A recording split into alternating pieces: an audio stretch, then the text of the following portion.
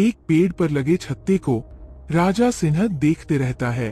उसे शहद के छत्ते को देखकर राजा सिंह बोल पड़ा। अरे यार, शहद तो बहुत अच्छा है, लेकिन इतनी ऊपर जाकर इस शहद को मैं कैसे निकाल पाऊंगा? राजा सिंह अपने मित्र लोमड़ी की चिंता करते हुए बोला। लोमड़ी की जान बचाने के लिए शहद बहुत जरूरी है। उसे शहद नहीं मिला तो वो मर जाएगी। पेड़ पर चढ़ना राजा सिंह के बस की बात नहीं थी। उसी वक्त वहाँ पर भोलू बंदर आता है। आज तो हम सब बंदरों की किस्मत खुल गई। राजा महाराज, आप हमारे इलाके में आ गए। मेरे मित्र लोमड़ी की जान बचाना बहुत जरूरी है। तुम बताओ, क्या तुम मेरी कुछ मदद कर सकते हो? जी महाराज, आप कहकर तो देखिए, आपके लिए तो जान हाजिर है। मुझे लोमड़ी की जान बचाने के लिए उसे पेड़ पर दिखने वाले शहद की बहुत जरूरत है। तुम उस शहद के छत्ते को मेरे लिए ला सकते हो क्या? क्यों नहीं महाराज, मैं तुरंत जाकर उस शहद को आपके लिए लेकर आता हूँ। उसके बाद भोलू बंदर दौड़ा दौड़ा और छलांग लगाते हुए पेड़ पर चढ़ जाता है और शहद के छत्ते को निकलने लगता है। तभी बहुत सारी मधुमक्खियां उसे काट लेती है। अरे बंदर, क्या हुआ? नहीं महाराज, नहीं, कुछ नहीं हुआ। मधुमक्खियां का छत्ता लेकर भोलू राजा सिंह के पास आता है। महाराज, ये रहा आपके लिए मधुमक्खियां का छत्ता। अरे, तुम्हें क्या हो गया? नहीं महाराज, कुछ नहीं, सिर्फ कुछ मधुमक्खियों ने काट लिया। मुझे माफ कर दो मेरे दोस्त, मेरी वजह से तुम्हें इस तकलीफ का सामना करना पड़ा। ठीक है महाराज, ये तो बहुत जल्दी ठीक हो जाएगा। मुझे माफ कर दो मेरे दोस्त, मेरी वजह से तुम्हें इस तकलीफ का सामना करना पड़ा। वो क्या है? मेरे मित्र लोमड़ी की जान बचाना बहुत जरूरी है। उसके लिए ही मुझे शहद चाहिए था। इसके लिए तुम्हारी मदद हो गई। मैं तुम्हारा बहुत आभारी हूँ। और एक बात याद रखना, आगे कभी भी तुम्हें मेरी जरूरत हो तो बेझिझक चले आना मेरे पास। भोलू बंदर को इतना कहकर राजा सिंह शहद लेकर लोमड़ी के पास आ जाता है। तुम्हारे लिए देखो लोमड़ी, मैं क्या लेकर आया हूँ। मेरी मित्र, मैं तुम्हारी जान बचाने के लिए ये शहद लेकर आया हूँ। महाराज, शहद लाने में बहुत देर हो गई। मेरा बचना अब मुमकिन नहीं। मेरे मित्र, जल्दी से थोड़ा शहद खा लो, तुम बिल्कुल ठीक हो जाओगे। ऐसी बातें नहीं करते। लोमड़ी को राजा सिंह शहद खिलाता है, लेकिन लोमड़ी मर जाती है। आंखें खोलो लोमड़ी, आंखें खोलो। मेरे दोस्त, तुम ऐसे नहीं जा सकता मुझे छोड़कर। लोमड़ी, आंखें खोलो। लेकिन हमेशा के लिए लोमड़ी ने आंखें बंद कर लिए थे। वो अब इस दुनिया से चला गया था। मेरे दोस्त, मुझे क्षमा कर दो, मुझे माफ कर दो। मैं प्रयास तो बहुत किया था तुम्हें बचाने का, लेकिन मैं तुम्हें नहीं बचा सका। लोमड़ी की मौत का सबको बहुत दुख हुआ। कुछ दिनों बाद सब एक जगह जमा होते हैं और राजा सिंह के बारे में बातें करते हैं। लोमड़ी को बचाने का राजा सिंह ने बहुत प्रयास किया, लेकिन लोमड़ी उस शहद को खाकर भी बच नहीं सकी। हाँ, हमारे राजा सिंह कितने अच्छे हैं, हमारी रक्षा के लिए हमेशा तैयार रहते हैं। अरे, उनके लिए हमको भी कुछ करना चाहिए। कुछ करना है? मेरा मतलब राजा सिंह के लिए क्या करेंगे या क्या कर सकते हैं? हमारा राजा सिंह अभी तक कुंवारा है, उसके लिए हम उसके जोड़ीदार को ढूंढ सकते हैं। वाह, क्या बात है, मैं भी यही सोच रहा था। लेकिन क्या राजा सिंह इसके लिए तैयार होंगे? अरे बाबा, देर क्यों करते हो? चलो सब मिलकर राजा सिंह से बात करते हैं। बहुत सालों से राजा सिंह गुफा में अकेला ही रहता था। दूसरे दिन राजा सिंह के पास सारे प्राणी पहुंच जाते हैं। राजा सिंह जी, आपकी जय हो। अरे तुम सब यहाँ आओ मेरे दोस्तों, कहो मैं तुम्हारे लिए क्या कर सकता हूँ? हम सब लोग आपके लिए चिंतित है राजा सिंह। अरे क्या हुआ? मेरी चिंता और तुम्हें? राजा सिंह जी, आपकी ही चिंता। देखो, अब तुम्हें शादी कर लेनी चाहिए। राजा सिंह जी, आपको शादी कर लेनी चाहिए। बहुत दिन हो गए, आप अकेले ही रहते हो। अरे नहीं रे बाबा, शादी और मैं नहीं। इस वक्त मधुमक्खियां का शहद राजा सिंह को दिया था। वह भालू बंदर वहां पर आ जाता है। राजा सिंह की जय हो। भोलू बंदर, तुम आ गए हो। दोस्तों देखो, ये मेरा परम मित्र है। इसने हमारी बहुत मदद की है। ये मेरे लिए बहुत खास मित्र है। आज से ये हमारा मेहमान है। अरे वाह, बड़ी ही अच्छी बात है। क्या काम निकला भोलू? इधर कैसे आना हुआ? मेरा दुखड़ा क्या सुनाऊं महाराज। मेरे घर से ही मुझे बाहर निकाल दिया। क्या बात करते हो? मगर क्यों? एक गोरिल्ला ने मुर्गी का बच्चा खा लिया मेरे इलाके में, और मैंने इसका विरोध किया तो मुझे ही इलाके से बाहर फेंक दिया। इस दुनिया में तो भलाई करना बुरी बात हो गई। कोई बात नहीं, आज से तुम हमारे यहां ही रह लो। हम तुम्हें हमारे जंगल में पनाह देंगे। उसके बाद एक छोटा सा घर राजा सिंह भोलू बंदर को दे देता है। राजा सिंह जी, आपका बड़ा उपकार हुआ। अरे, तुमने मेरी मदद की थी, अब मैं तुम्हारी मदद कर रहा हूं। इसमें उपकार की बात कहां से आती है? इस तरह थोड़े दिन गुजर जाते हैं और एक दिन अपने घर के सामने भोलू बंदर खड़ा था। राजा सिंह ने ये स्पेशल फल तुम्हारे लिए भेजे हैं, सिर्फ तुम्हारे लिए, और कुछ तकलीफ हो तो बता देना। चीता राजा सिंह के कहने पर भोलू बंदर को फल देकर जाता है। भोलू बंदर मन ही मन सोचने लगता है, इस जंगल में राजा सिंह की बहुत चलती है। राजा सिंह की जगह अगर मेरी बात सब मानने लगे तो कितना अच्छा होगा। अपने दोस्त के साथ भोलू बंदर एक दिन जंगल में एक पेड़ पर बैठा था। मेरे यार, तुमने आज मुझे क्यों बुलाया? हंसना कूदना बहुत हो गया।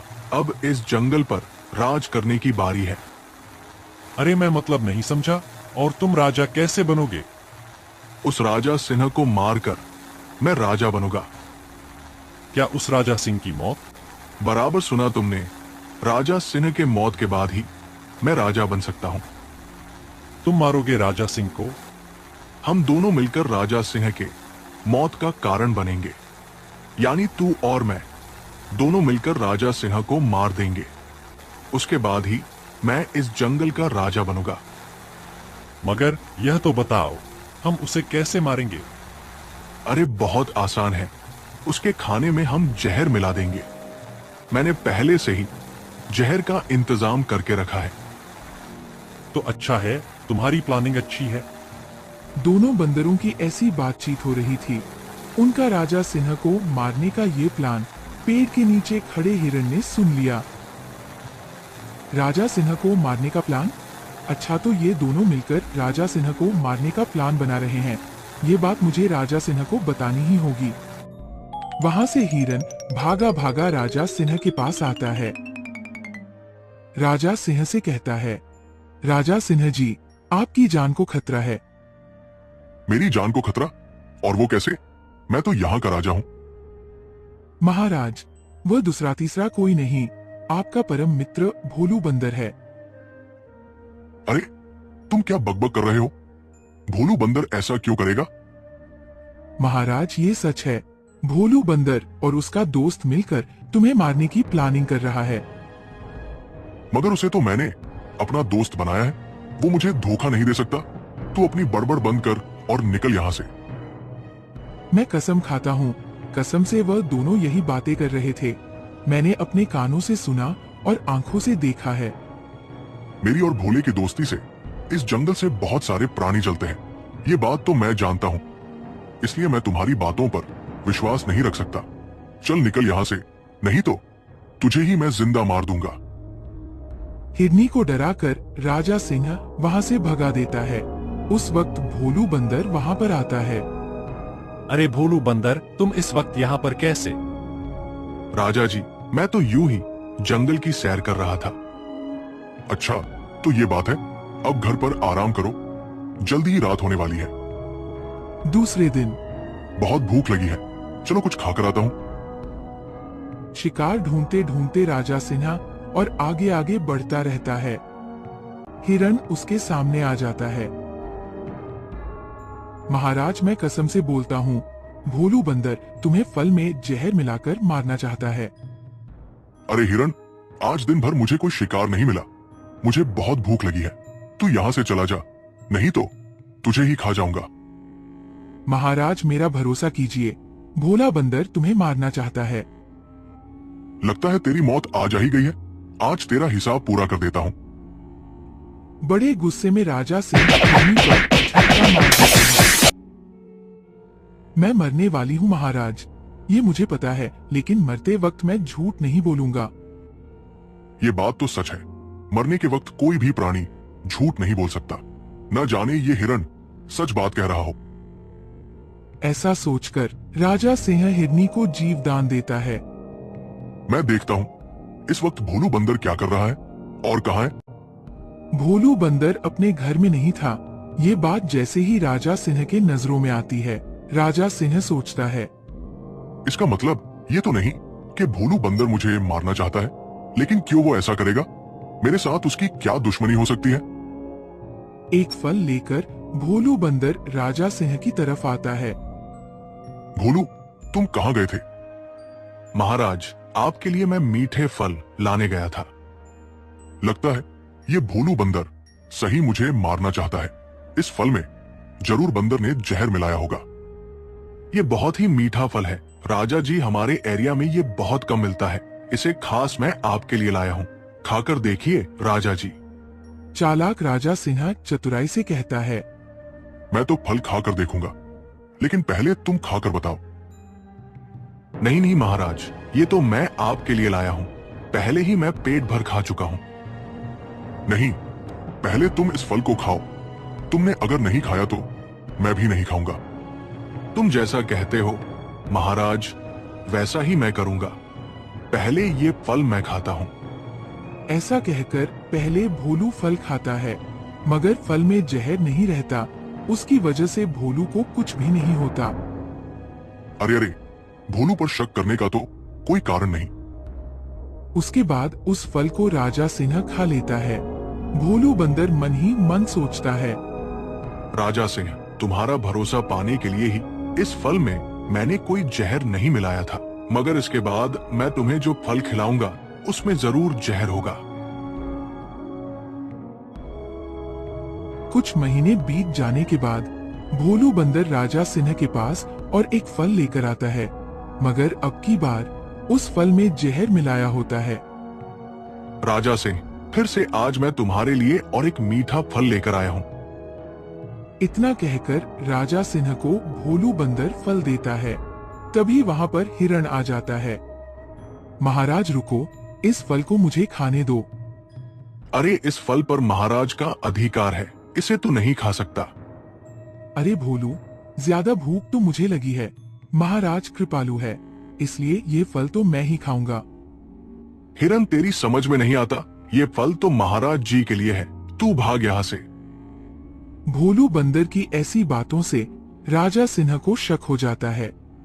अरे, ये भोलू बंदर ऐसा क्यों बोल रहा है? लगता है इस बार भोलू बंदर ने फल में जरूर जहर मिलाया। शायद उसकी वजह से ही हिरण मुझे बचना चाहता है। इस तरह विचार करके राजा सिंह बोला, हिरण, तुझे इतनी भूख लगी है, लगता है इस फल की जरूरत तुम्हें ज्यादा है।